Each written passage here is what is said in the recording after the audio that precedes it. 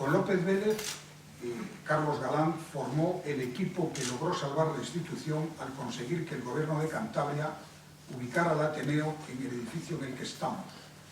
Un edificio, por cierto, singular, de un corte racionalista impecable. Un inmueble que fue construido para el Ateneo Popular en 1937, incautado tras la entrada de las tropas de Franco en la ciudad y que finalmente ha revertido al destino para el que fue levantado. En el periodo 2005-2013, Carlos fue el presidente que supo salvar los graves obstáculos que frenaban el desarrollo de las actividades de esta casa. Para un intelectual como él, con un deseo encendido de difundir cultura, la cicatería de las entidades públicas y la ceguera de las privadas por entender el papel de la difusión de elementos esenciales para la formación personal supusieron una decepción y al mismo tiempo un reto. En momentos de turbulencia acertó a ampliar el campo de acción del Ateneo y aportó a la programación sus contactos y su amistad con eminentes novelistas, poetas y filólogos, y de forma simultánea activó las diferentes áreas de esta institución, mejorando los programas sobre temas como la medicina, las ciencias, la sociología, etc. Pero no se limitó a esa tarea, sino que creó el premio de novela Eulario Ferrer, premio del que fue secretario en las 15 ediciones en las que tuvo lugar esa convocatoria. Precisamente el apoyo de un mecenas como Eulario Ferrer supuso un viento favorable para esta nave en dificultades. También consiguió estrechar lazos con los más importantes creadores de las letras españolas. La presencia de José Hierro se hizo habitual en el Ateneo y a la muerte del poeta, Carlos estableció la jornada del 21 de diciembre en la fecha del óbito del poeta para que el Ateneo recordara la figura y la obra del más grande poeta moderno de Cantabria. En el año 2005, tras el cese a petición propia de Mercedes Mendoza, toma el timón de la nave cultural del Ateneo. Lo hace manteniendo la línea trazada por López Vélez y Mercedes Mendoza, línea en la que él mismo había intervenido de manera esencial desde su puesto en la Junta Directiva. Durante los 8 años en los que presidió este Ateneo, trabajó de la manera más intensa y sobre todo más altruista para elevar el prestigio de la institución y para ofrecer una programación de gran densidad cultural. Densidad cultural combinada con actividades enfocadas a la tarea pedagógica de acercar asuntos complejos de manera que pudieran ser divulgados y comprendidos por todos. El mantenimiento y puesta al día de la biblioteca del Ateneo fue una de sus tareas prioritarias. Su amor por los libros es algo indubitado y se plasmó en ese afán por cuidar un patrimonio excepcional que es legado de varias generaciones. Una de las líneas maestras de la personalidad de Carlos ha sido su generosidad, su sentido de dejar a un lado sus intereses personales para lograr que las causas en las que creía avanzaran. Una demostración de ese talante altruista se plasmó en su firme decisión de dimitir como presidente del Ateneo en el año 2013, cuando quedaba tan solo un año para que se celebrara el centenario de esta casa. Tenía por delante otro año de mandato electo y contaba con el apoyo unánime de la Junta de Gobierno y de los socios para renovar por otro nuevo periodo. Pero su acendrado sentido de la responsabilidad le hizo adoptar esa medida al percatarse de que quizás sus achaques de salud iban a restar algún ápice de fuerza para afrontar ese año de la celebración del centenario. En ese sentido, continuó el camino de generosidad abierto por Mercedes Mendoza, que decidió dejar la presidencia cuando en plenas facultades y con fuerza más que suficiente, entendió que sus obligaciones personales iban a restar tiempo y atención a la tarea de presidir esta casa. Creyó Carlos que era lo mejor para la institución, aunque suponía no ejercer la presidencia en uno de los momentos más brillantes, el centenario de este Ateneo. Y ello, además de que su trabajo preparatorio de los diferentes eventos ya estaba activado por él. Me correspondió tomar el testigo, y ello me permitió ahondar y comprender mejor la tarea realizada por Carlos. Supo mantener a flote y con brillantez la programación de esta casa, a pesar de que fueron los años en los que la crisis más azotó los presupuestos de los diferentes organismos. Su colaboración ilimitada e inteligente fue fundamental en la redacción del programa de conferencias y exposiciones del centenario, un hito que ha hecho de este Ateneo una de las referencias históricas de la cultura regional. No me corresponde glosar las múltiples actividades de Carlos, fuera de su tarea en el Ateneo. Para ello participan en esta sesión académica personas que conocen mucho mejor y más a fondo las diferentes facetas de la vida y del trabajo de Carlos. Pero no quiero dejar de referirme a los martes literarios, uno de los hitos intelectuales del verano santanderino. Los martes fueron idea, iniciativa y éxito de Carlos Galán. Con el devenir los vinculó al aula de cultura del diario Montañés en otro gesto de generosidad. Pasados los años, los martes literarios de la UIMP permanecen en la agenda veraniega con plena vigencia y gran afluencia de público. La huella de Carlos queda, por tanto, indeleble en esa como en tantas otras iniciativas.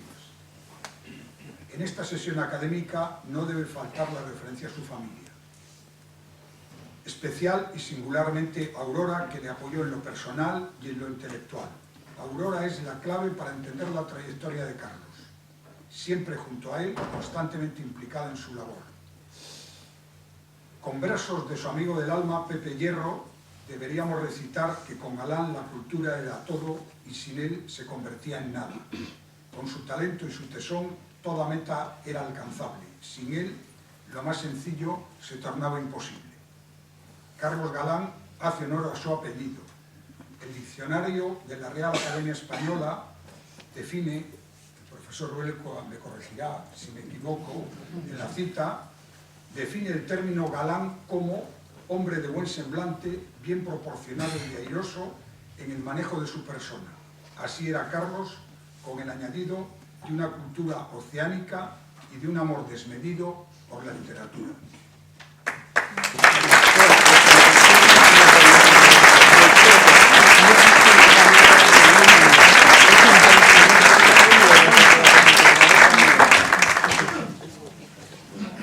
A continuación, tiene la palabra el doctor Francisco Díaz Manrique, psiquiatra, miembro de la Junta del Ateneo durante muchos años, amigo personal entrañable de Carlos Galán y persona que nos puede hacer, creo yo, un excelente retrato de la persona de Carlos Galán. Buenas tardes. Yo creo que me ha tocado la papeleta más fea, porque el resto de los participantes tienen bases sobre las que hablar, datos, fechas, tiempos, y yo tengo que hablar de algo etéreo, que es la persona de Carlos en relación con mi amistad. Yo agradezco estar aquí, y lo agradezco por varias razones, entre otras porque el único título que se me ha puesto en el programa, ¿no se oye? El único título que se ha puesto en el programa es que soy amigo, que es el título más importante que uno puede tener en la vida. Y agradezco el estar porque en esta sala hay muchísimas personas que seguro que se consideran más amigos que yo y que posiblemente se consideren con más derechos que yo a estar aquí. El que me hayan elegido a mí, pues lo agradezco y estoy encantado de ello. Cuando asumí esta responsabilidad, yo pensé, porque de vez en cuando pienso todavía, en hacer un retrato de Carlos a carboncillo, pero el carboncillo permite matices. Y claro, me salió una cosa, a mí no me disgustaba, me salía un retrato, yo diría que bonito. Pero cuando ya tenía aquello medio organizado, me acordé de Carlos y me acordé de su sentido del humor, de su media sonrisa, y digo, vamos, se va, no a reír, porque no se reía de la gente, pero sí se va a sonreír de una manera muy fea. Y entonces cambié el esquema y voy a hacer un pequeño boceto, pero a bolígrafo de los de antes, que no podías borrar, entonces, bueno, tendrá aristas, tendrá... Bien, para definir la persona, voy a hablar de la personalidad global y 3 rasgos de personalidad. La personalidad global de Carlos la voy a definir con un adjetivo que yo he tomado, yo digo en mis fuentes bibliográficas, lo he tomado de un señor que era el Tuto.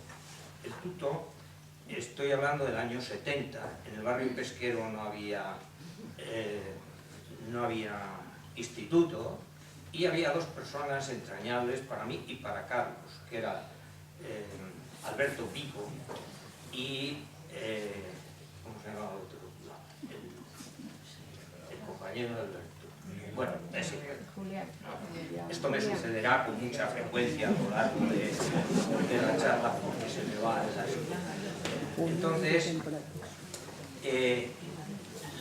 los chavales del barrio pesquero los preparaban bravo, y la religión se la daba Alberto. Y entonces los preparaban y luego iban al Instituto de Santa Clara, que me parece que era el único instituto que había en Santander, y se examinaban. Y en el instituto ya le daban la nota oficial.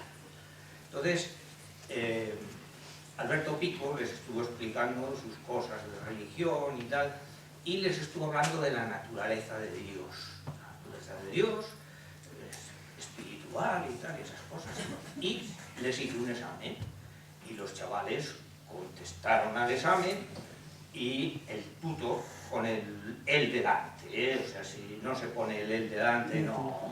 Pero bien, pues respondió al examen rapidísimamente, y cuando Alberto recogió los papeles, pues le preguntaron, ¿qué tal? Dice, nada, fenomenal, aprobáis. Y el tuto dijo, yo, dice, tú apruebas. Y entonces leyó el papel, y el tuto había puesto, la naturaleza de Dios es cojonuda. Perdone por la expresión, pero es un adjetivo malsonante, que luego la academia lo barniza y dice estupendo, magnífico, excelente. Suena más feo. Yo creo que el adjetivo en sí define muy bien lo que puede ser la persona de Carlos. Entonces, Carlos era una persona como la naturaleza de Dios. A Ricardo le traducís luego. Bien, dicho esto de su persona global, yo diría que hay 3 rasgos para mí definitorios de Carlos. Uno es la fidelidad. Carlos era un hombre fiel. Fiel a las instituciones y fiel a las personas, por supuesto. A las instituciones, ahora está muy de moda hablar de la alesitimia, como las instituciones no tienen alma, pues no encajan con los afectos, y entonces alguna de ellas, pues quizá no ha correspondido a la fidelidad de Carlos, pero bueno, ahí está. Él siempre fue fiel hasta última hora. Aquí se ha dicho que en un momento concreto él dijo, bueno, ahí queda eso, porque yo creo que lo puede... que a lo mejor yo no voy a estar, y eso lo ha hecho siempre en todas las instituciones en las que ha estado. Y esta fidelidad a las instituciones, pues a las personas con mucha más importancia. Y en eso me voy a referir a mí mismo, es decir, su fidelidad para conmigo. Yo soy un mal escribidor, muy malo, pero muy malo.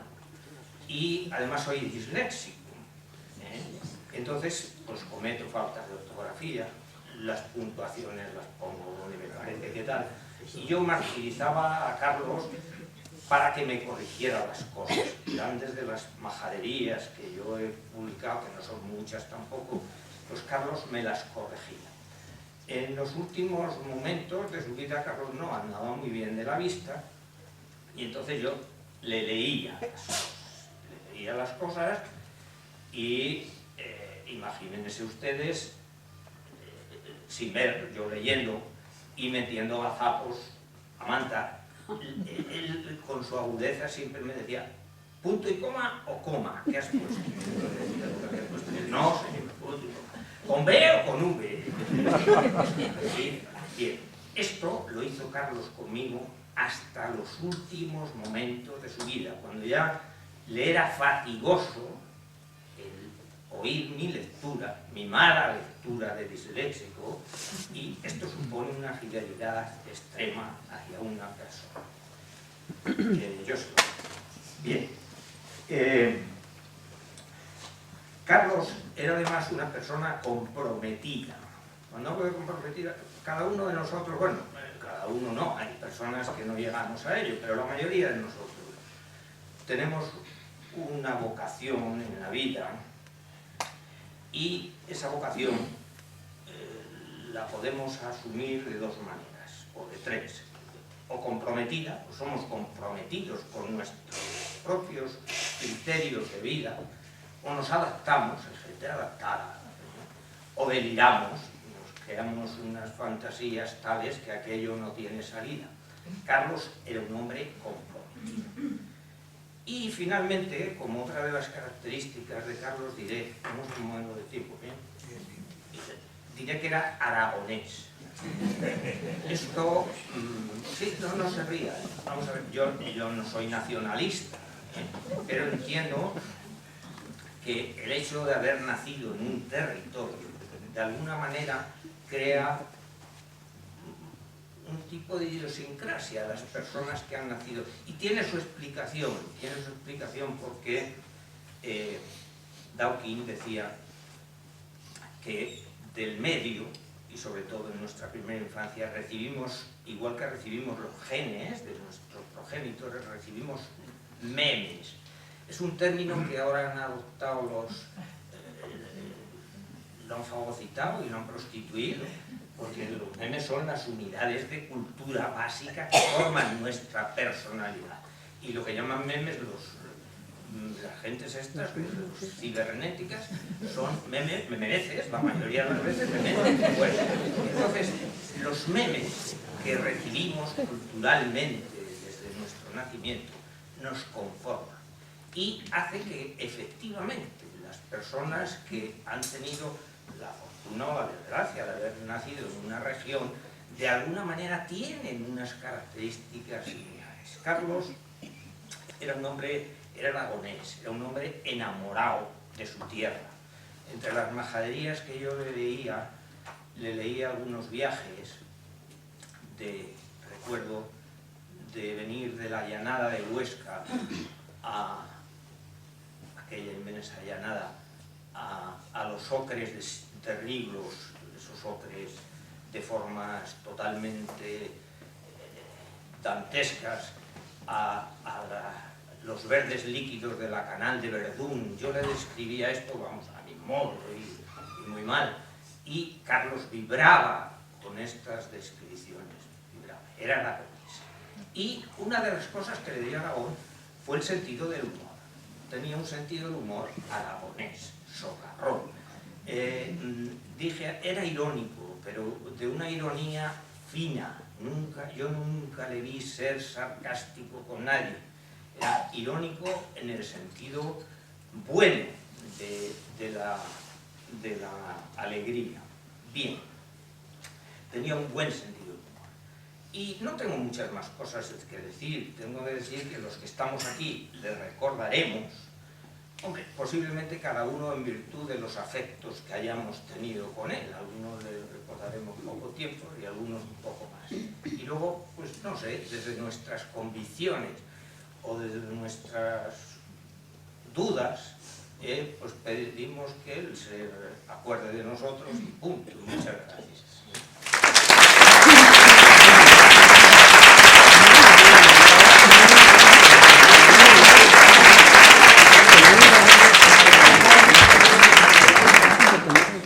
Muchísimas gracias por estas palabras en nombre del Ateneo, y ahora tiene la palabra Lorenzo Oliván, un poeta castreño, un poeta consagrado con premios importantísimos en su trayectoria, como el premio Loewe, como el premio Luis Cernuda por su libro Visiones y Revisiones, y también por el Premio Nacional de la Crítica por Nocturno Casi.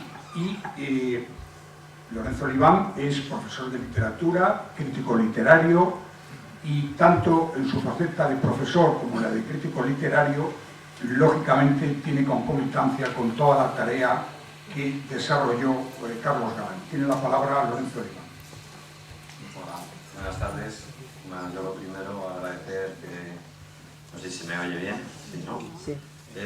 Agradecer que el Ateneo me haya invitado a estar aquí, honrando la memoria de Carlos Galán. Yo voy a hacer una especie de itinerario de cómo fue mi relación con Carlos desde sus inicios hasta los últimos tiempos, y pues un poco qué me enseñó. No sé si podría decir que era un gran amigo, pero sí que tuve muchísimos encuentros pues muy entrañables, y de los que aprendí muchísimas cosas que me ayudaron mucho en la vida. Así que voy a seguir una especie de orden, haciendo paradas, explicando qué me revelaron esos encuentros. Yo estudié en Oviedo, y cuando acabé los cursos de doctorado, pues volví a mi tierra, que es esta, Cantabria, y no se me ocurrió otra cosa que en el 93-94 pues pensar cómo podía empezar a echar las primeras raíces profesionales aquí en mi casa. Y entonces, pues, ni corto ni perezoso, me fui con una especie de currículo y un libro que me habían sacado en Granada, de Andrés Trapiello, a donde estaba Carlos Galán, el despacho de Carlos en Las Llamas. Y entonces él me recibió muy amablemente, y lo primero que tengo que decir es que me sobrecogieron sus ojos. Yo soy una persona bastante obsesionada por la mirada de las personas, y me encontré a una persona, un profesor, que tenía una mirada escrutadora, sagaz. Algo de ello mencioné en una pequeña semblanza que saqué, pues, no sé si el día después del funeral de Carlos, y es que es así, es que me encontré al otro lado de la mesa a una persona que sentí que me estaba diseccionando en el mejor sentido de la palabra, y sobre todo, pues se ha dicho un poco, lo ha dicho aquí el doctor Manrique. Yo esto lo entendí después, porque luego viví en Aragón, pero me sobrecogió esa mirada que mezclaba la perspicacia y la sagacidad con un humor socarrón muy verdadero, una chispa, una retranca muy de verdad. Y bueno, yo recuerdo que me mencionó, saltó, yo creo, mi currículo académico, y nos pusimos a hablar de literatura. Y dije, bueno, no sé qué, te has escrito un prólogo o Trapiello y tal, no sé, contamos contigo, vienes aquí a trabajar a los cursos de verano. Y la primera persona que me dio un trabajo en esta tierra fue Carlos Galán. Yo de ese curso solo estuve uno, les voy a decir luego por qué. Recuerdo especialmente un gesto de Carlos que no olvidaré en mi vida, que fue que aprovechó la mínima y la primera oportunidad para presentarme a su gran amigo, el poeta que yo admiraba y he admirado y he adorado toda mi vida, que es José Hierro. O sea, en la primera oportunidad me dijo, Pepe, que te quiero presentar a un paisano tuyo, tal, que también escribe, que está empezando, no sé qué tal. Esto puede parecer que, bueno, pues que es normal, pero les aseguro que no es tan normal que un amigo quiera poner en contacto a otro amigo y de alguna manera a mí me hizo el favor del siglo para mí, conocer a José Hierro, no abordándole, sino haciendo a alguien de mediador como él, ¿no? Un amigo como Carlos lo era de Pepe Hierro, ¿no? Y luego yo recuerdo que hecha esa labor, dijo, bueno, yo ya he hecho mi misión y nos dejó estar. Eso también me parece que dice mucho de cómo era Carlos, ¿no? Una persona que quisiese ser posesivo con sus amistades, sino él había ya presentado a dos personas que tenían la misma pasión por la poesía y nos dejó estar. No solo eso, sino que sé que quedó con otro amigo poeta para ejercitar la misma función. Recuerdo que, pues, quiero que conozcas también a Ángel Sopeña. Y Ángel Sopeña se vino, recuerdo, de Torrelavega, y yo, que acababa de aterrizar en Santander, pues conocí a dos poetas a los que bueno, a Ángel todavía le tengo muchísimo aprecio, suerte nos acompaña todavía, y a José Hierro, pues bueno, he dedicado muchos años a investigar y a estudiar su obra. Bueno, yo solo estuve un año, porque mi gran pasión, yo estudié filología por la literatura y me encontré en un curso de conversación de español para extranjeros con alumnos japoneses, americanos, rumanos, etcétera, que no sabían prácticamente una palabra de español. Y a mí, que me apasionaba la literatura, como enseguida la había transmitido a Carlos, pues me sentía como pato entre amapolas allí, un poco articulando malamente el castellano para que me intentasen comprender.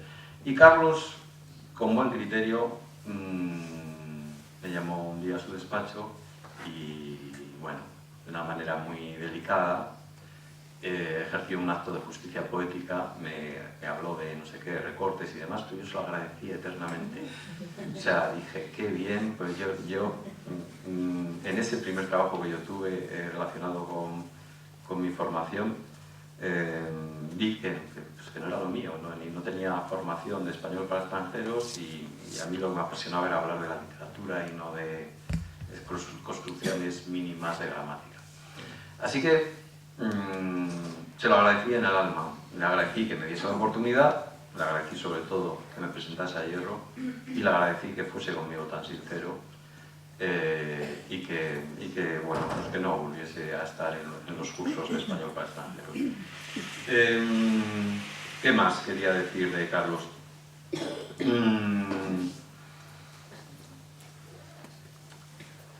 Sí,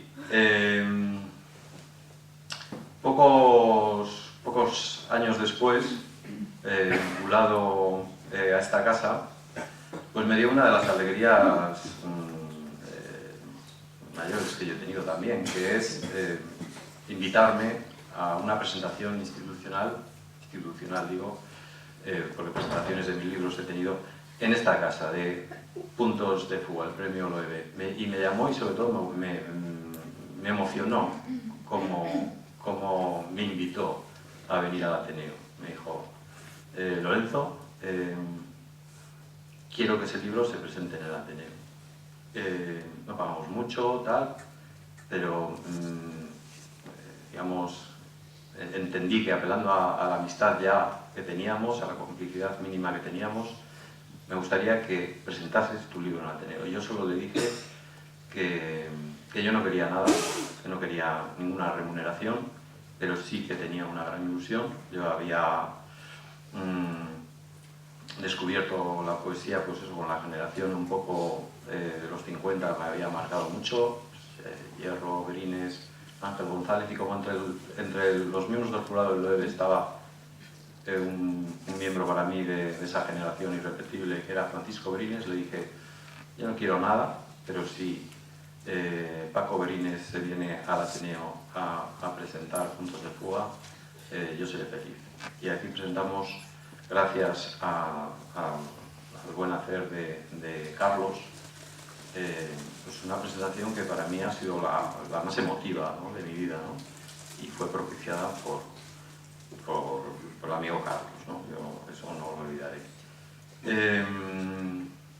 Tuve la suerte de coincidir con él todos los años en los premios de la consejería, los premios que convocaba la consejería, y el premio José María Pereda, el Manuel Llano y el Gerardo Diego.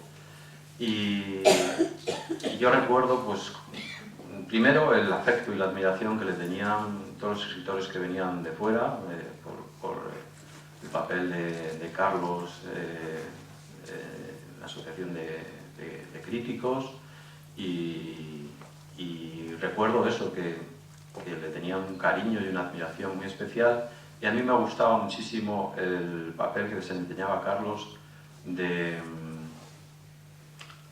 no estar en una primerísima fila, pero propiciar en esas deliberaciones, en esas comidas, de alguna manera, a veces que propiciar que saltase la liebre. Él apuntaba muchas veces, ¡ay, aquella anécdota tal!, y dejaba hablar generalmente a los creadores. Pero él a veces daba el pistoletazo de salida y luego pasaba a un segundo término. Eso yo creo que también le retrata una falta absoluta de vanidad y de vanagloria. Que ya digo que a mí me sirvió de ejemplo a tener en cuenta. ¿Qué más quería contar de Carlos? Pues que yo tengo una imagen imborrable de lo que es la reacción de un amigo ante la pérdida de otro, y es cuando fallece José Hierro y nos convocan en la Consejería de Cultura el consejero de entonces, José Antonio Cajigas, y el director general de Cultura, Juan Muñiz, y para que organizásemos actividades de celebración para honrar la memoria de Pepe Hierro. Y yo recuerdo que llego allí y me encuentro a un Carlos Galán absolutamente desarmado, que se echa a llorar y que nos echamos a llorar juntos.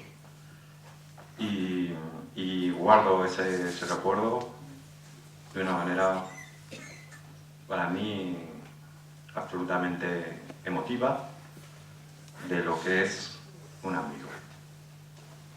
Siempre lo recordaré.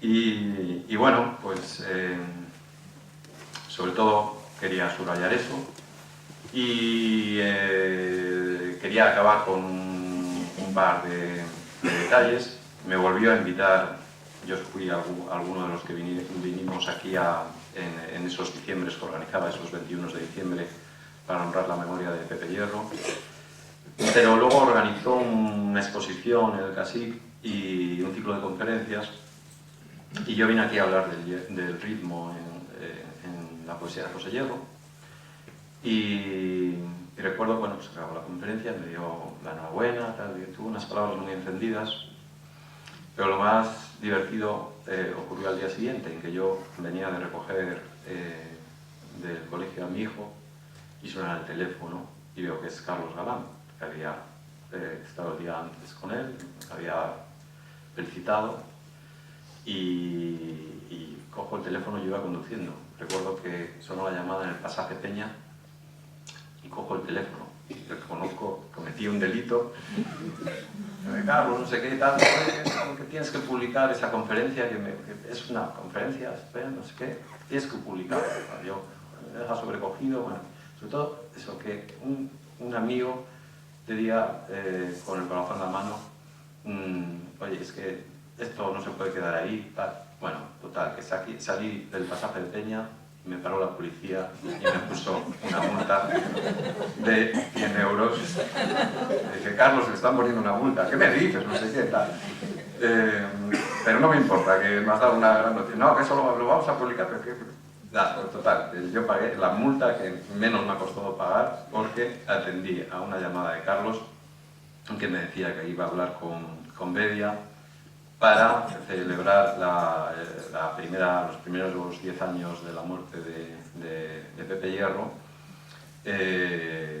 con la publicación de esa conferencia que salió, y fue mi primer libro, digamos, individual, publicado en esta tierra, también propiciado por Carlos, ¿no? Y bueno, y voy a acabar con un detalle que también le agradezco muchísimo.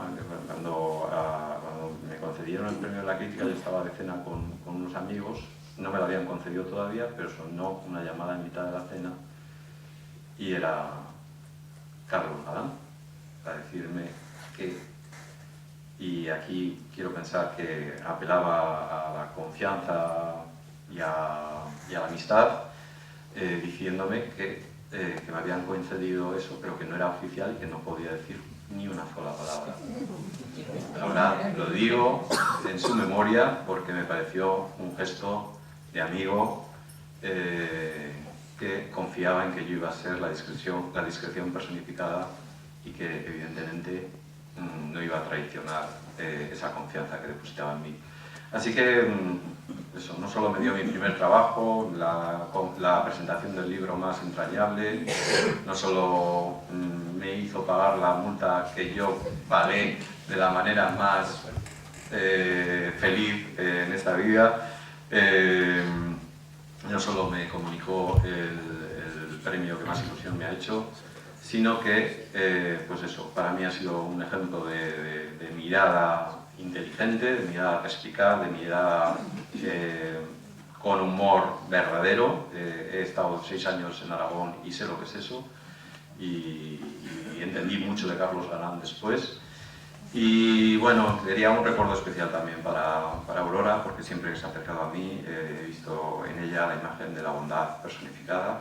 Así que nada, a Carlos mi agradecimiento pues, eterno, y un abrazo donde quiera que esté, como decía Vallejo, emocionado, sí, emocionado. Muchas gracias.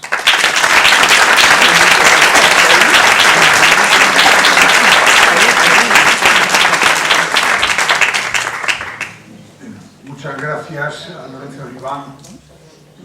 Tiene ahora la palabra Luis Martín Nogales, doctor en Filología, director de la Universidad de Educación a Distancia en Pamplona, profesor de literatura, magnífico novelista. Presentó aquí una de sus novelas que además se desarrollaba en un paisaje cántabro y tan santanderino como el Faro de Cabo Mayor, y crítico literario. Y precisamente viene y está aquí con nosotros en representación de la Sociedad de Críticos Literarios Españoles, en la que él está en la Junta Directiva, y que por tanto viene representando a esta Sociedad de Críticos Literarios. Conviene tener presente que Carlos Galán, una de sus facetas, yo creo que más importantes, más brillantes y más constantes, fue la de crítico literario y miembro del jurado de los premios nacionales de literatura, como nos acaba de comentar Lorenzo Oliván, que le pudo adelantar la concesión de ese premio nacional a este poeta cántabro. Sin más, tiene la palabra Luis Martín Nogales. Muchas gracias. Bueno, pienso que es un gesto muy de agradecer la organización de este acto y por lo tanto, por parte del Ateneo, pero también su asistencia, su presencia aquí, y que estemos todos pues, acompañando a su familia bajo la mirada, bajo la presencia, bajo el recuerdo de Carlos Galán. Una de las actividades que pienso, y como muy bien ha dicho, a la que se dedicó con muchísima profesionalidad, con rigor, con interés, que valoró mucho y por la cual fue muy valorado la crítica literaria. Y yo estoy aquí para recordar muy brevemente precisamente esta faceta, ¿no? Lo hago en mi nombre, lo hago también en nombre de la Asociación Española de Críticos Literarios y en nombre de su presidente, Ángel Pasanta, que le hubiera gustado muchísimo estar aquí, pero que le ha sido imposible, como bien sabéis. Carlos Galán, que era un hombre de lectura, un hombre de estudio, un hombre de estar al día de lo que se publicaba constantemente, y estoy hablando no de ahora, sino ya de los años 70, entonces en aquel momento, en los años 70, empieza una colaboración de crítica literaria en el periódico Alerta. Una colaboración que después continuaría en Radio Nacional, en otras emisoras, en revistas locales, que ustedes conocen muy bien, como Peñalabra. Y yo pienso, desde entonces, y estamos hablando de casi 40 años, cuántas obras, cuántos autores, cuántas valoraciones, cuántas sugerencias a muchos de ustedes les habrá hecho y cuántos buenos ratos les habrá hecho pasar siguiendo la crítica literaria y las sugerencias de Carlos Galán, ¿no? En aquella época, en los años 70, fíjense, y creo que es importante destacar este aspecto, la crítica literaria se realizaba en periódicos de ámbito nacional, es decir, estamos hablando del diario Arriba, estamos hablando del diario Ya, estamos hablando del ABC, luego posteriormente cuando se fundan estos dos periódicos, El País y más adelante El Mundo, esos eran los ámbitos de la crítica literaria. Los periódicos locales no tenían crítica literaria y entonces en ese sentido, ¿por qué? Pues porque los periódicos locales provincianos a lo que se dedicaban, no en un sentido despectivo ese término, sino simplemente denotativo, a lo que se dedicaban era a atender las publicaciones, los autores, los libros de ámbito local, tanto de temática como de personas locales que publicaban, ¿no? En ese sentido, Carlos Galán fue un adelantado, es decir, inició, empujó, tiró, estuvo en la vanguardia de la crítica literaria hecha desde periódicos locales, ¿no? Pero lo hizo además publicando una crítica de calidad, introduciendo en los periódicos locales la crítica, la atención, el interés por grandes autores, entonces García Márquez, Mario Vargas Llosa, de los cuales él hacía comentarios, reseñas, o Juan Marsé, o Landero, o Muñoz Molina, o Eduardo Mendoza. Y se midió y puso la crítica local al nivel de los grandes críticos literarios que entonces estaban en España. Y estamos hablando de quienes eran entonces, quienes hacían la crítica, que eran pues, Damaso Santos, Florencia en el ABC, en Cataluña Masoliver o Saladrigas, o estamos hablando de Luis Suñé, o de Rafael Conte, de Miguel García Posadas. Ese nivel que era la crítica a nivel nacional, es el que él consiguió desde esas intervenciones en prensa, en Alerta, en las emisoras. Que es un tipo de crítica peculiar, lo que yo he leído de él, una crítica sólida, es una crítica condensada, breve por necesidades de espacio, con una función, informar de lo que se ha publicado, por dónde van las cosas, y dar unas pautas, una pequeña valoración sobre eso. Y abrir a los lectores sugerencias, el conocimiento de otros autores, de otras obras que se están publicando. Yo siempre recuerdo lo que Santos Sanz Villanueva ha dicho algunas veces, que él ha descubierto a autores gracias a las indicaciones y a las sugerencias que le hizo el propio Carlos Galán, ¿no?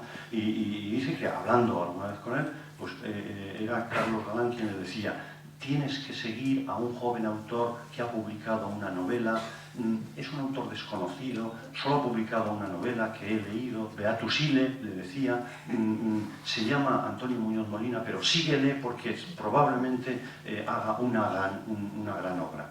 Y Santos Sanz Villanueva dice y recuerda que exactamente lo mismo le pasó con un joven reportero de guerra que estaba entonces cubriendo la guerra de los Balcanes y que publica una primera novela que a la mayoría le pasó desapercibida, el Usat, y que hoy se han hecho varias ediciones críticas, y que Carlos Galán le dijo: hay un autor que ha publicado una novela, no te la pierdas y trata de seguirle. Un autor tan distinto como en este caso es Arturo Pérez Reverte, la literatura de uno y de otro no tiene nada que ver y dice mucho de esa actitud abierta de un lector con gusto, con criterio y que sabe valorar, aunque sean distintas las tendencias o el tipo de obras que cada uno de ellos publica. Ese carácter de hombre de criterio respecto a su labor de crítico literario hizo que fuera reconocido pronto en ámbito nacional. Entonces, a Carlos Galán se le solicitaron colaboraciones y publicó colaboraciones en el diario El Mundo, en El Sol, cuando se creó, recordando el periódico de Ortega y Gasset, tuvo una época breve, pero estuvo en revistas de ámbito nacional como Quimera, como la revista Turia, donde publicó algunas colaboraciones. Fue llamado a participar en jurados de ámbito nacional y también, por supuesto, conocen ustedes su participación de otros jurados de ámbito local, incluso algunos de ellos los promovió él, los impulsó esos premios literarios, y estamos hablando del premio Tristana de novela, del José Hierro para poetas menores de 30 años, o del Eulario Ferrer, que luego sería el premio Ateneo de Santander de novela. Fue llamado a participar en los jurados del Francisco Ayala de novela en Madrid, de otros de poesía en Soria y, por supuesto, participó durante muchísimos años en el Premio Nacional de la Crítica y en el Premio Nacional de Narrativa que concedía el Ministerio de Educación y Cultura, o de Cultura en su momento, y que es el más prestigioso, como ustedes saben. En la década de los años 80, la editorial Castalia publicaba unos libros, cada año un libro, en que trataba de sondear cuál era el estado de las letras de ese año, y así lo hizo durante sucesivos años. Por dónde iba la novela, quiénes eran los autores claves, por dónde iba la poesía, cómo estaba el teatro de ese momento. Y entonces, ¿saben a quién le encargaron sistemáticamente durante varios años que hiciera esa visión general de por dónde había ido ese año la narrativa, la novela, el cuento en la edición en español? Evidentemente a Carlos Galán, que lo hizo hasta que desapareció esa colección. Está su prestigio en el ámbito de la crítica literaria, que en 1981 se le concede el premio Atlántida a la mejor labor de crítica literaria en España. Lo hace el gremio de editores. Y hasta entonces, ese premio solamente lo habían recibido los mejores, los grandes críticos a nivel nacional. Carlos Galán va a ser el primer crítico literario que recibe ese premio haciendo una crítica literaria desde un ámbito local, en periódicos locales, en emisoras locales, pero de esa gran altura, de ese gran nivel que supuso admiración por parte de muchos otros críticos literarios. A veces puede pasar desapercibida un poco desde el ámbito en el que nos movemos, desde nuestra ciudad, la proyección que uno de los nuestros pues tiene en otros ámbitos más amplios, como en este caso el ámbito nacional. Y por eso quiero insistir en ello. Carlos Galán se convirtió y lo ha sido durante muchos años un crítico de referencia a nivel nacional. Y son palabras objetivas, exactas, no es algo inoportuno. Fue miembro de la Asociación Española de Críticos Literarios desde los años 70. Estuvo en la junta directiva todos los periodos que los estatutos lo permiten. Fue 12 años secretario de la asociación, luego fue a partir del 2010 vicesecretario hasta el 2014. En un momento en el que él, cuando ve que tiene problemas para leer, la vista y otros, entonces lo deja sin ningún tipo de apego, con absoluta generosidad, lo mismo que se había incorporado cuando podía ser útil para esa tarea. Entonces fue propuesto como socio de honor y toda la Asamblea General, por unanimidad, nombra al socio de honor de la Asociación Española de Críticos Literarios, a Carlos Galán, el primer socio de honor que ha tenido como reconocimiento a su labor, a su prestigio, a su tarea y a muchas otras cosas. ¿Por qué todo esto? ¿Por qué ese valor, ese cariño, ese aprecio?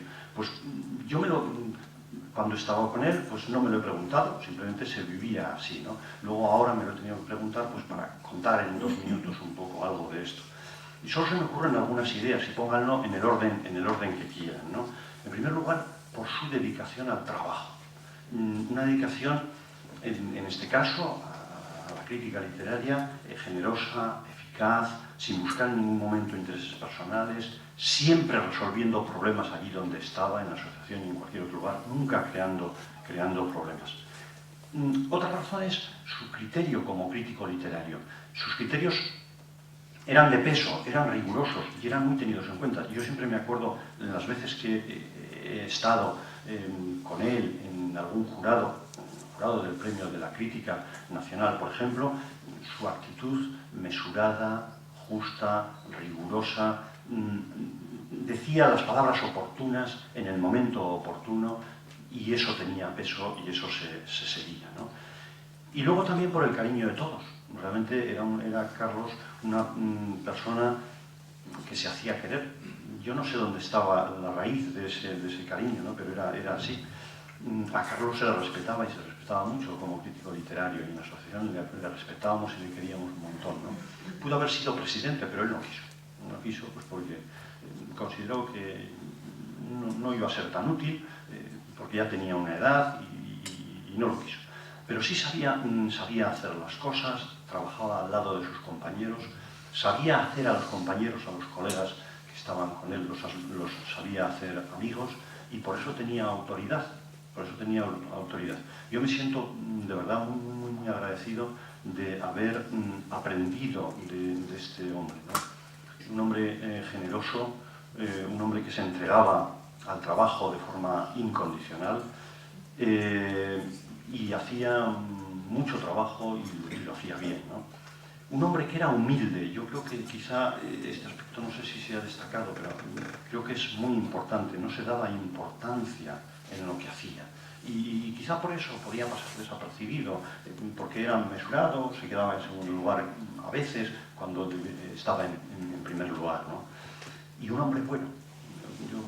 Si me dijeran cómo era Carlos, era un hombre bueno. Yo recuerdo las palabras que el presidente de la Asociación Española de Críticos Literarios nos dijo de él cuando falleció, ¿no? Y se las cito textualmente. Ángel Basanta nos dijo: Carlos era la memoria de nuestra asociación. Ahora se nos fue, pero en esta casa nunca lo olvidaremos. Ahora se nos fue, pero en esta casa nunca lo olvidaremos, ¿no? Y yo efectivamente nunca lo olvidaré, ¿no? Y sé que ustedes tampoco. Me refiero al profesor Jesús Sánchez Lobato, que va a trazarnos ahora otra semblanza de Carlos Galán. Muy bien. Buenas tardes. Quisiera expresar en primer lugar mi agradecimiento al Ateneo de Santander, en la persona de su presidente, por citarnos esta tarde en esta su casa. Y en segundo lugar, mi agradecimiento por invitarme a participar en este acto. Se sobreentiende que el motivo de mi agradecimiento al presidente del Ateneo y mi gratitud tienen que ver en todo con mi amigo Carlos Galán Lorés, que hoy es para nosotros el alfa y omega de esta convocatoria.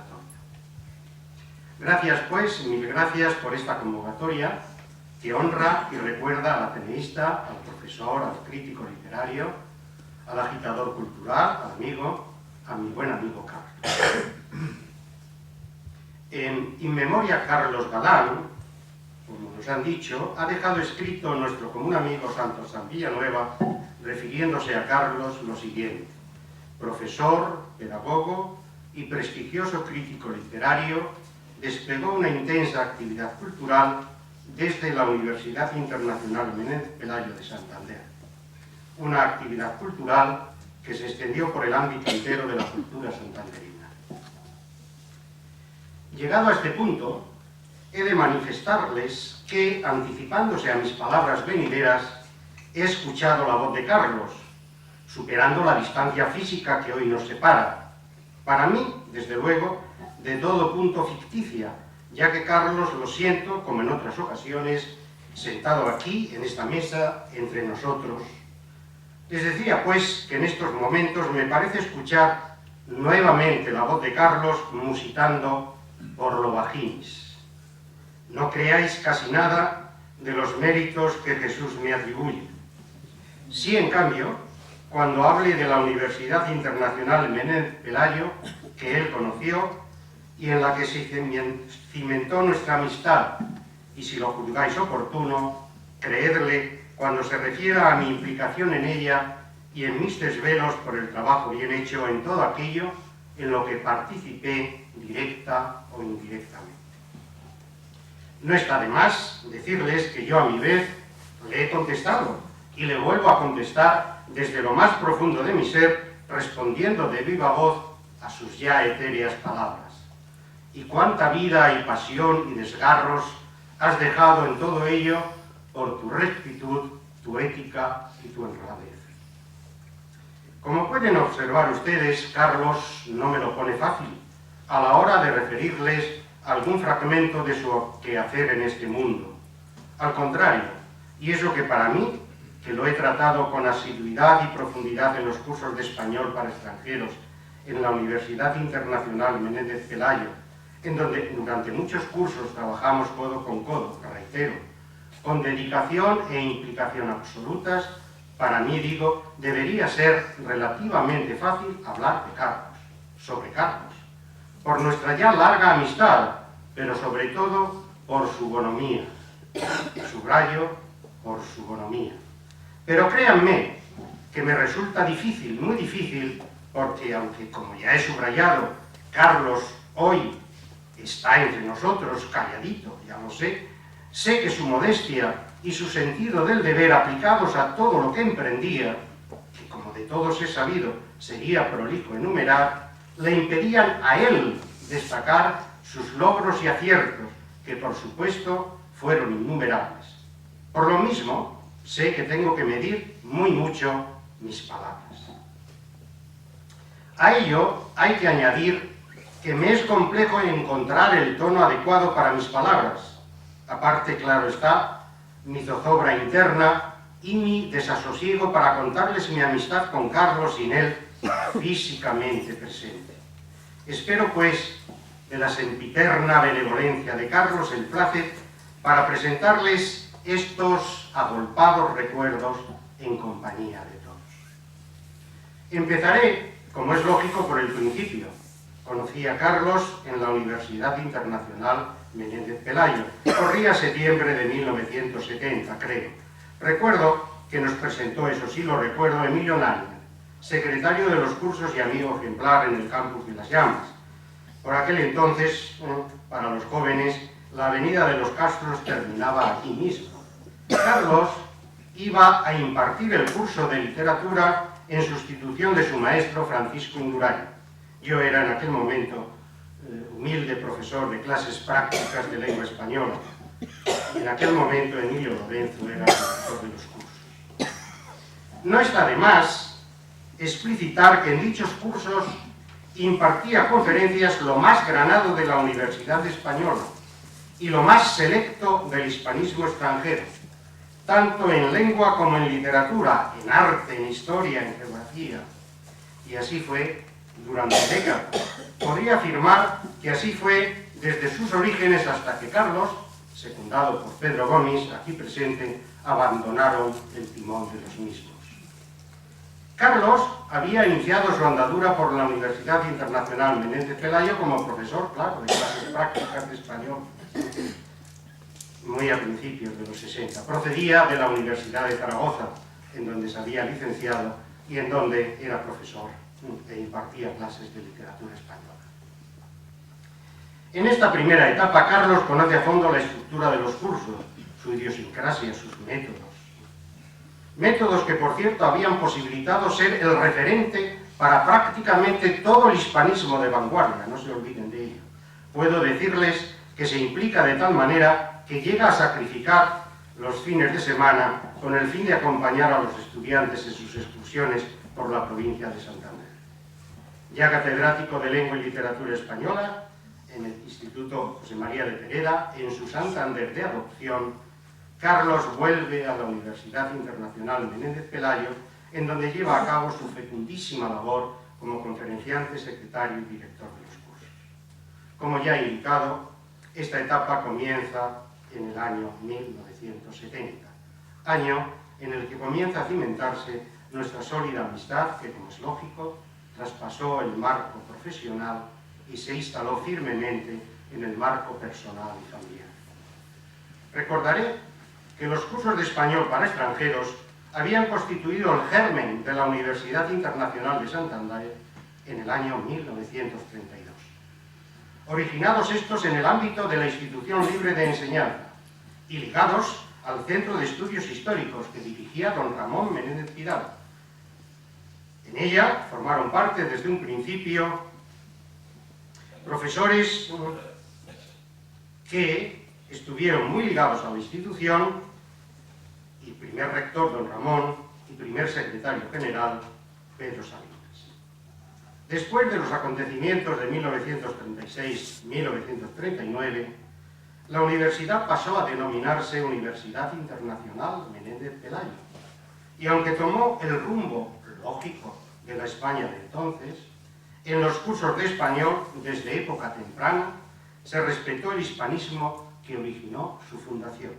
Digamos que, desde los tiempos del rector Ciriaco Pérez Bustamante, del claustro de los cursos de español para extranjeros formaron parte profesores muy ligados al Centro de Estudios Históricos, a don Ramón Menéndez Pidal, a don Américo Castro, a don Tomás Navarro Tomás, a don Pedro Salinas y a sus discípulos y a los discípulos de estos.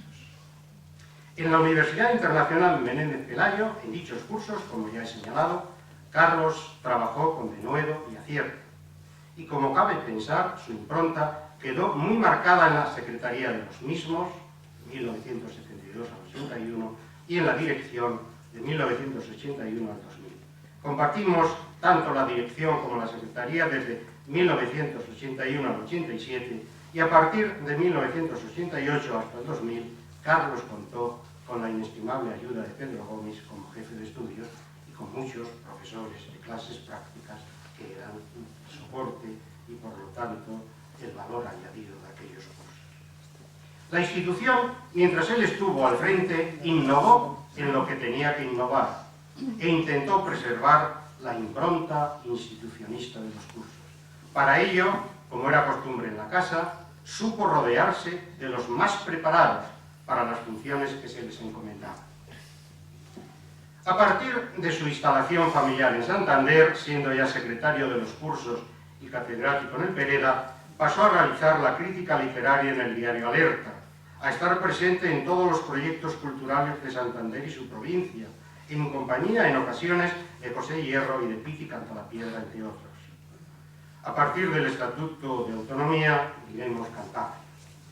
El tiempo no le podía, ya que llevaba el premio Ateneo de novela, intentaba y conseguía sacar adelante las iniciativas de Eulalio Ferrer, acompañaba a José Hierro en todo e incluso acudía con él año tras año a Cabezón de la Sal, a donde hiciera falta. No había actividad cultural en la que él no ayudara siempre que se le hubiera requerido. Siendo ya director de los cursos, el trabajo aumentó y su dedicación se amplió a otros facetas, incluso en el ámbito de la propia Universidad Internacional Menéndez Pelayo, como ya han indicado. Creó los martes literarios, por donde desfiló lo más granado y vanguardista de las letras en lengua española. Carlos, como ya he dicho también, tenía el don de saber leer, don que le permitía atisbar en dónde había fundamentos literarios para augurar un brillante porvenir literario en donde entonces solo existían promesas. No sería justo no expresar en público lo que ha significado el hogar de Carlos Galán y Aurora Bobadilla para las artes y las letras. Por su casa han pasado desde Octavio Paz a Eulalio Ferrer, desde Dámaso Alonso a José Luis Alonso de Santos, desde Camilo José Cela a Alonso Zamora Vicente, desde Emilio Alarcos a Dionisio Gamayo Fierros, desde José Manuel Blecua, aquí presente, y como saben ustedes, catedrático y además ha sido secretario y director de la Real Academia Española de la Lengua, a muchos de los que hoy nos encontramos aquí.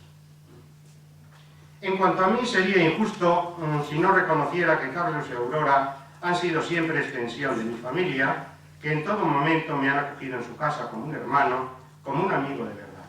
Tengo que añadir que en las jornadas hogareñas de los Galán, aparte de Carlos y Aurora, como es lógico, el tercer anfitrión era indefectiblemente José Hierro, Pepe. Quiero concluir, y para ello tomo, como no puede ser de otra forma, prestada la palabra, ahora sí, a José Hierro, amigo de corazón de Carlos y de Aurora, expresando que me he limitado a reflejar aquí mi amistad con Carlos, objetivamente, sin vuelo en el verso, objetivamente. No he dicho a nadie que mientras lo escribía he estado a punto de llorar. Requiem eterna.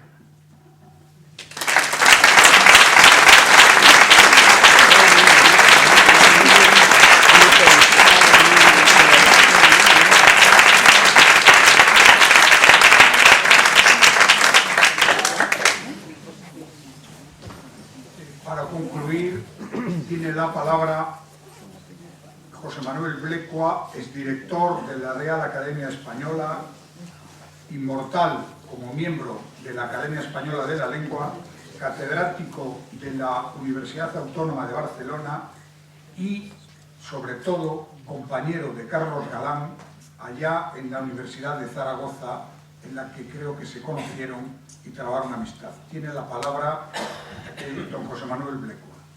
Muchas gracias, señor presidente. ¿Funciona bien? ¿Se oye detrás? Sí. Perfecto. Señora concejal, señor presidente, señora presidenta, queridos miembros de la mesa, y ahora no se oye. Más cerca. La verdad es que ahora yo tengo que parar un momento y antes de decir eso de señoras y señores, tengo que decir que me alegro mucho estar aquí con Aurora y Claudio, con Pepa y con Ricardo. Pues tenemos que citar a Ricardo, no puede ser de otra manera. Tengo que decirles que yo pensaba, mientras escuchaba a mis compañeros de la mesa, yo pensaba que un crítico literario que vivía aquí cerca, en Santander, en el Paseo Teresa, hace muchos años, Ricardo Gullón, escribiendo sobre Galdós, decía que Galdós había adquirido, y la generación de Galdós, de los novelistas rusos, la visión poliédrica de los personajes. Un personaje no es como lo ve uno solo, sino como lo van viendo todos, van dibujando esa cosa tan genial que tiene la novelística rusa y que aprende también la novela de Siberia. Pues bien, yo pensaba en estas cosas de Gullón, de que esta visión poliédrica tan rica es la que les han dado los compañeros de la mesa sobre la figura, la labor, la familia, el cariño y el trabajo de Carlos y Aurora.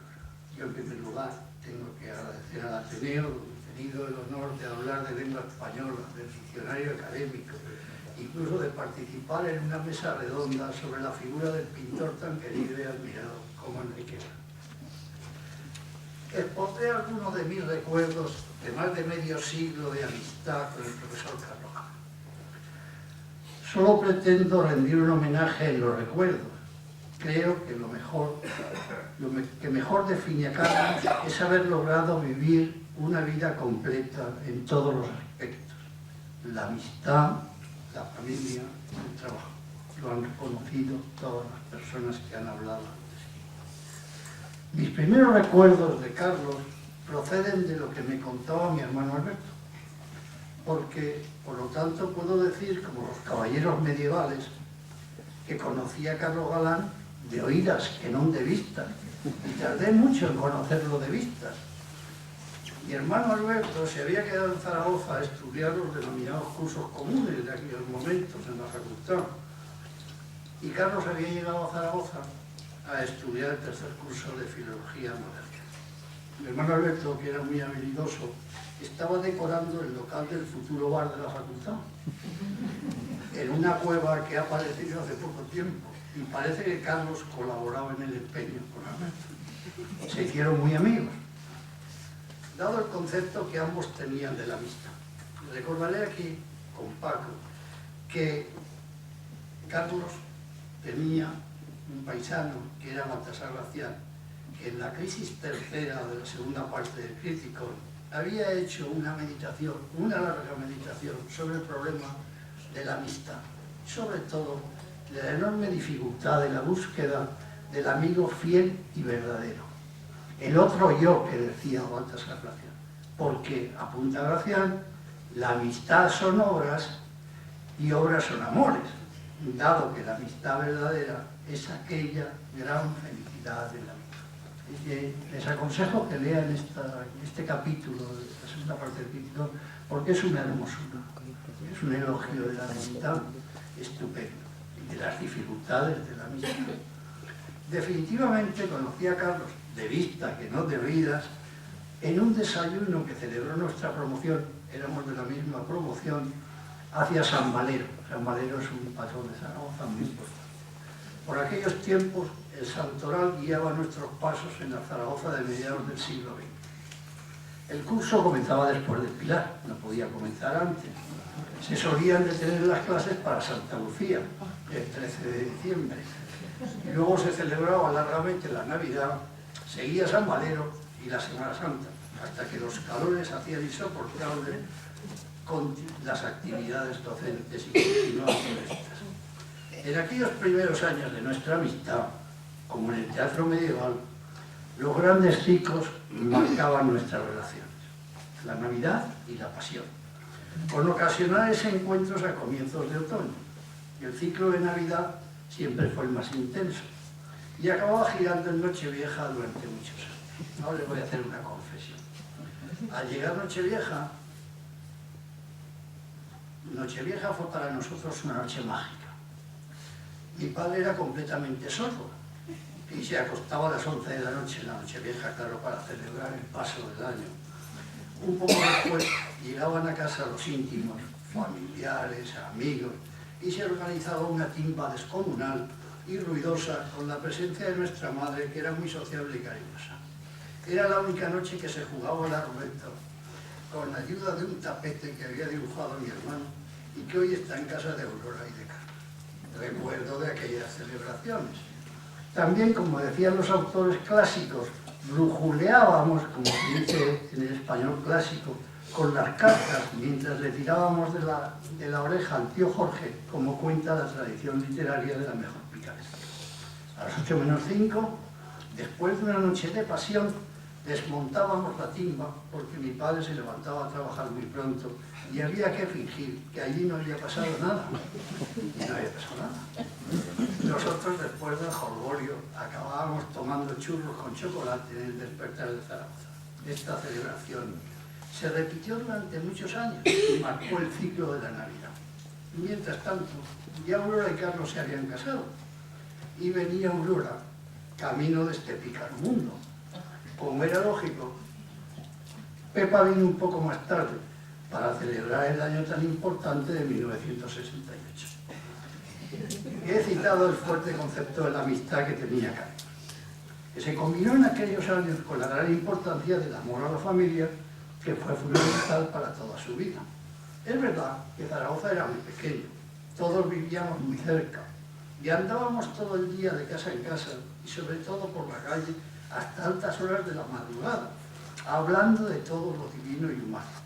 En realidad nosotros vivíamos en Barcelona, pero fingíamos y seguíamos viendo con gran constancia Zaragoza y espiritualmente estábamos viviendo en la calle Santa Teresa de Zaragoza. Esta ausencia determinó que cuando se acabó la encuadernación de algunos manuscritos de los originales del Cántico de Jorge Guillén, mi padre pensó que el sitio más seguro para depositarlos era el piso de los Galán, en Alférez Provisional 1, y ahí quedaban depositados los poemas de Jorge Guillén, los manuscritos de Cánticos de Jorge Guillén. No recuerdo qué fue antes, si la llegada del 600 de los Galán o las oposiciones a la cátedra de instituto. La memoria, saben ustedes, es a veces infiel hasta estos grados. Sí que recuerdo, en cambio, con toda claridad, cómo Paco Indurán, hijo, y yo opinábamos que el 600 tenía que llevar unos neumáticos especiales, cinturato Pirelli, y no las gomas indecentes con que salían estos autos de la SER. Este 600 dio movilidad a la familia Galán, y la cátedra de Eibar, seguridad económica. Vivimos con pasión la preparación de las oposiciones en Zaragoza, y luego en Madrid su desarrollo. Carlos hizo unas oposiciones muy brillantes. Tenía la experiencia docente de su plaza en la Universidad de Zaragoza y en Santander, y salvó con buen humor los larguísimos periodos de los entre ejercicios en Madrid. Corría el año 1968, el año de Pepa, y ya tenemos a nuestro protagonista catedrático, con familia, con un destino en la zona norte de España. La enseñanza, que fue su gran vocación, lo llevó a volcar sus primeras actividades culturales en Eibar. Vocación docente y entusiasmo por las actividades culturales se manifestaron muy pronto en la vida académica de Carlos. Recuerdo que en Eibar montó un ciclo de conferencias que inauguró don Emilio Lorenzo y a las que me invitó cariñosamente. Muy pronto se abre un tercer periodo, lo ha recordado Jesús hace poco, en la vida familiar de la familia Galán. Se trata del periodo ya definitivo del traslado al Instituto Pereira. Santander ofrecía un instituto de solera para la enseñanza arreglada, un conjunto de actividades docentes en la Universidad Internacional Méndez Pelayo que él conocía muy bien. Y recordaré aquí, porque no quiero no mencionarlo, igual que todos ustedes, el éxito de los másteres literarios, que fue realmente un hallazgo para Carlos. Además, apareció en la vida de Carlos una tercera dimensión, que fue colaborar en los periódicos, en Alerta, en la Radio Nacional, en el Diario Montañés. Ahora nuestro profesor desarrolla una vida con varias dimensiones vocacionales, profesionales y familiares. Comienza su periodo de una vida completa que supo vivir apasionada y generosamente y que coronó con acierto en su etapa al frente de esta institución, como ha recordado su presidente. Al llegar los veranos, asaltábamos su despacho en la universidad con total libertad y sin excesivo respeto, mientras le tomábamos el pelo porque él cuidadosamente fabricaba las estadísticas de las nacionalidades de los alumnos. Y así decíamos que Carlos contaba suecos. Aprovechábamos para leer los periódicos y preparar las magníficas salidas nocturnas a los restaurantes que también conocían a Aurora y Carlos. Cuando seguíamos el asalto, también lo ha recordado Jesús, en las cenas estupendas de Rubén Darío, que tenían los antecedentes históricos que no hay que olvidar en las tardes de los partidos de fútbol, en los campos de sport, desde la terraza de los Galán en el Ceibón. Como personaje del siglo XVIII, Santander los convirtió en tertulianos apasionados. Bajo el patrocinio de Emilio Lorenzo, de José Luis Pinillos y de profesores que pasaban por los cursos. Normalmente había una tertulia menor a última hora de la mañana en el despacho de don Emilio y una muy extensa a la hora del café después de la comida. Vinieron tiempos muy felices en la vida santanderina en los Galán, tiempos presididos por la boda de Aurora con Claudia.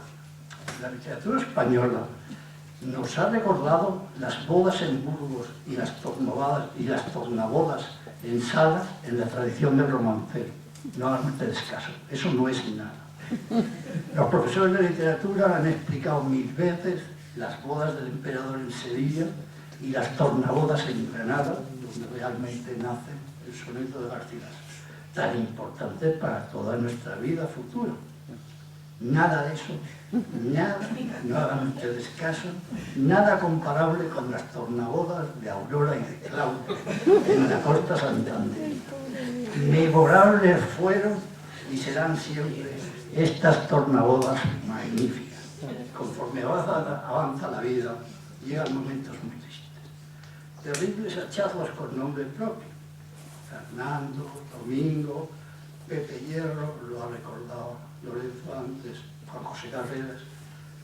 Como ya había anunciado José Luis Hidalgo en su poema Los amigos muertos, José Luis Hidalgo es un poeta de Santander muy importante, de la generación de Pepe Hierro, que murió muy joven. Pues había escrito un poema, Los amigos muertos, donde hay unos versos citando que dice: porque soy tierra, soy materia, y vosotros luces celestes en las que un día todos nos convertiremos. La vida, sin embargo, trae alegrías inmensas que aparecen como gigantescas emociones capaces de iluminar con claridad y fin. La llegada de Ricardo fue, sin duda alguna, lo máximo en la vida de Carlos. En 1939 ha hablado antes Oliván del cariño y del afecto por Pepe Hierro, de Carlos, y de la vida de toda una generación de lectores de Pepe. Pues Pepe escribió en el año 39 un poema que dice: y yo busqué en los álamos mi vida y no encontraba, la creí perdida, y estaba aquí al alcance de la mano. Y felizmente, como he intentado presentarles, la vida la tuvo siempre Carlos al alcance de la mano, en la amistad, en el amor, en la familia, en la vida profesional y cultural. Una vida, como escribió Pepe, al alcance de la mano. Muchas gracias.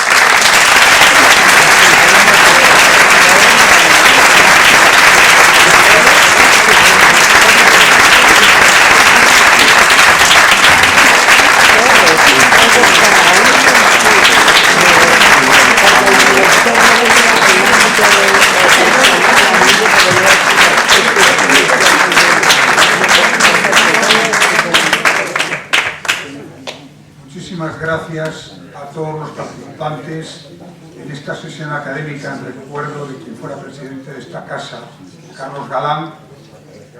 Naturalmente, la presencia aquí de su familia nos honra a todos. En este Ateneo tenemos la costumbre, creo que buena costumbre, de que al final de las conferencias y las intervenciones abrir un breve turno de palabra para que si alguno de los asistentes quiere decir algo, pueda hacerlo, y yo, si alguno quisiera intervenir, ruego por favor que haga una seña para pasarle el micrófono y que todos podamos escuchar sus palabras.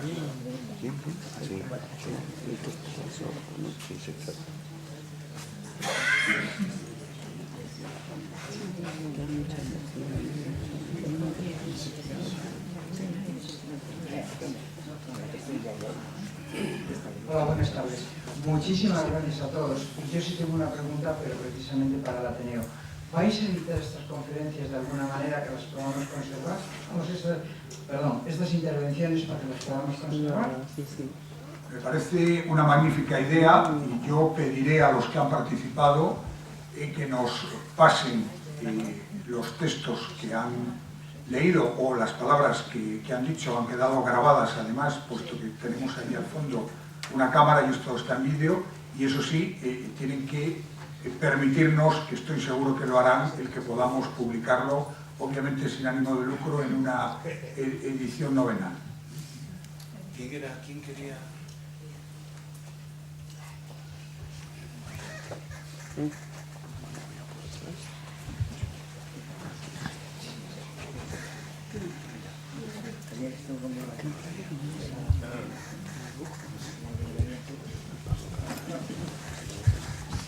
Gracias.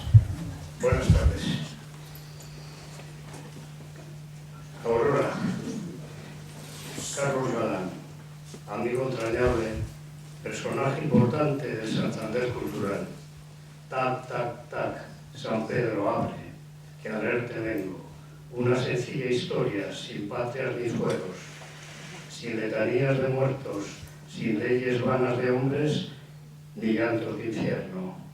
Tú abre y escucha, que para largo va, que infinito tiempo tenemos para recitarle a tu Dios, que es el mío, dúo a dúo, nuestros versos. San Pedro, sin dudar, abrió sus llaves y le dijo: entra, Carlos querido, que hace tiempo te esperaba, dándonos muchas largas a pesar de tus trabajos y que Aurora, en comisión compartida, de compañera entrañable, la mano nos soltaba. Ven, sentémonos en pensamiento de nubes y glorias en aleluyas del santo cielo. Venga, venga, que yo te ficho, en comunión de almas, que la tierra sus penas y nostalgias olvidaron. Venga, Carlos, déjate de culturar, descansa un poco el coco, si quieres algo, y meditar y rezar por los que quedaron. Pero tú, relaja, que aquí trabajarás menos, que merecido lo tienes, en el espíritu que estás, pensamiento de Dios.